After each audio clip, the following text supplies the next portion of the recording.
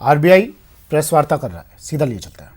Time to time, almost every second day or third day, the Reserve Bank is coming out with certain announcements. Now, in this kind of environment, I thought it was necessary that I speak to a wider audience and convey the resolve of the Reserve Bank of India, our approach and how we are going forward. Today, I propose to make certain announcements, and the statement is a bit long, as I said last time, because I have tried to make it as self-explanatory as possible, and so that there is adequate clarity, and since we are not able to hold a press conference, the meaning and the details are conveyed to the maximum extent possible. So as I just said, everywhere, as also in India, the mission is to do whatever it takes to prevent the epidemiological curve from steepening any further. Human spirit is ignited by the resolve to overcome the pandemic. It is during our darkest moments that we must focus on the light. As Mahatma Gandhi said in his famous address at Kingsley Hall, London in October 1931, and I quote Mahatma Gandhi, "In the midst of death, life persists. In the midst of untruth, truth persists. In the midst of darkness, light persists." Before I begin, I wish to place on record our gratitude to all the functionaries and personnel in the government, the private sector, banks and other financial institutions who risk their lives on a daily basis by going to work or by working from home to fight the pandemic by keeping essential services fully operational. Our deepest appreciation goes out to doctors, healthcare and medical staff, police and law enforcement agencies who are at the front line. In the RBI, I would like to specially commend and thank our team of 150 officers, staff and service providers who are in quarantine away from their families and are at work 24/7 to keep essential services such as currency in circulation, retail and wholesale payments and settlement systems, reserve management, financial markets, liquidity management, financial regulation and supervision, and a host of other services available so that the nation may survive COVID-19. Banks and financial institutions have risen to the occasion and have ensured normal functioning. Their efforts are praiseworthy.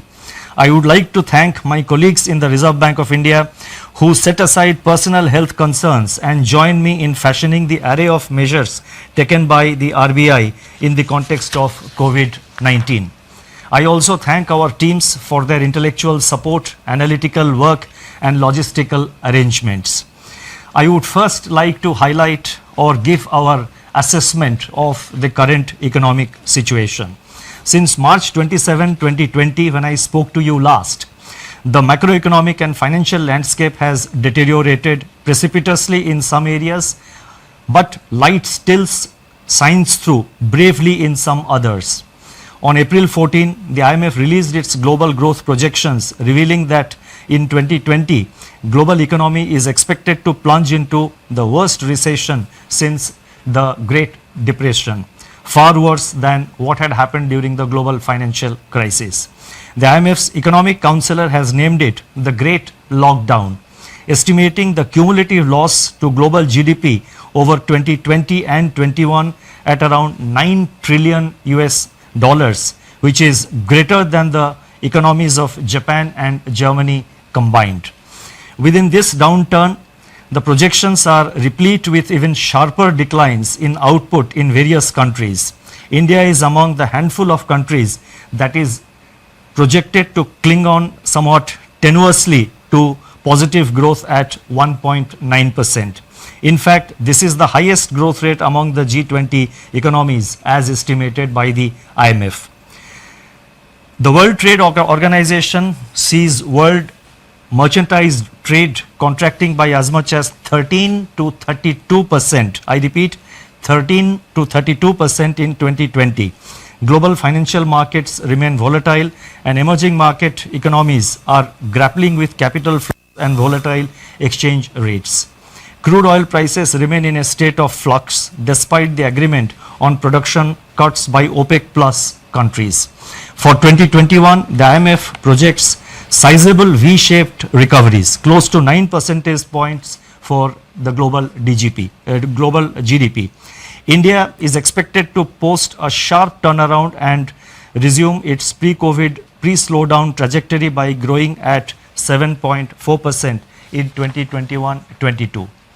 Over the last 3 weeks, there have been a few data releases on domestic developments, but they are too disjointed to allow a comprehensive assessment of the state of economy. Yet, there are a few slivers of brightness among the encircling gloom. In my statement of March 27, I had referred to continuing resilience of agriculture and allied activities on the back of all-time highs in production of food grains and horticulture, with huge buffer stocks of rice and wheat far in excess of the buffer norms. By April 10, pre-monsoon kharif sowing had begun strongly, with acreage of paddy, which as you know is the principal kharif crop, up by 37% in comparison with the last season, that is in comparison with the kharif of 2019.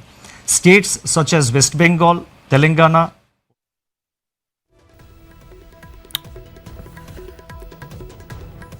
चलिए सीधी तस्वीरें दिखा रहे थे आपको RBI की press वार्ता, देश के वित्तीय हालात पर आरबीआई की नज़र। आरबीआई प्रेस वार्ता में बोले गवर्नर शक्तिकांत दास, लॉकडाउन में फंसी अर्थव्यवस्था को संभालने के लिए उम्मीद की जा रही थी कि एक दिशा मिलेगी, बड़े ऐलान की भी संभावना जताई जा रही है।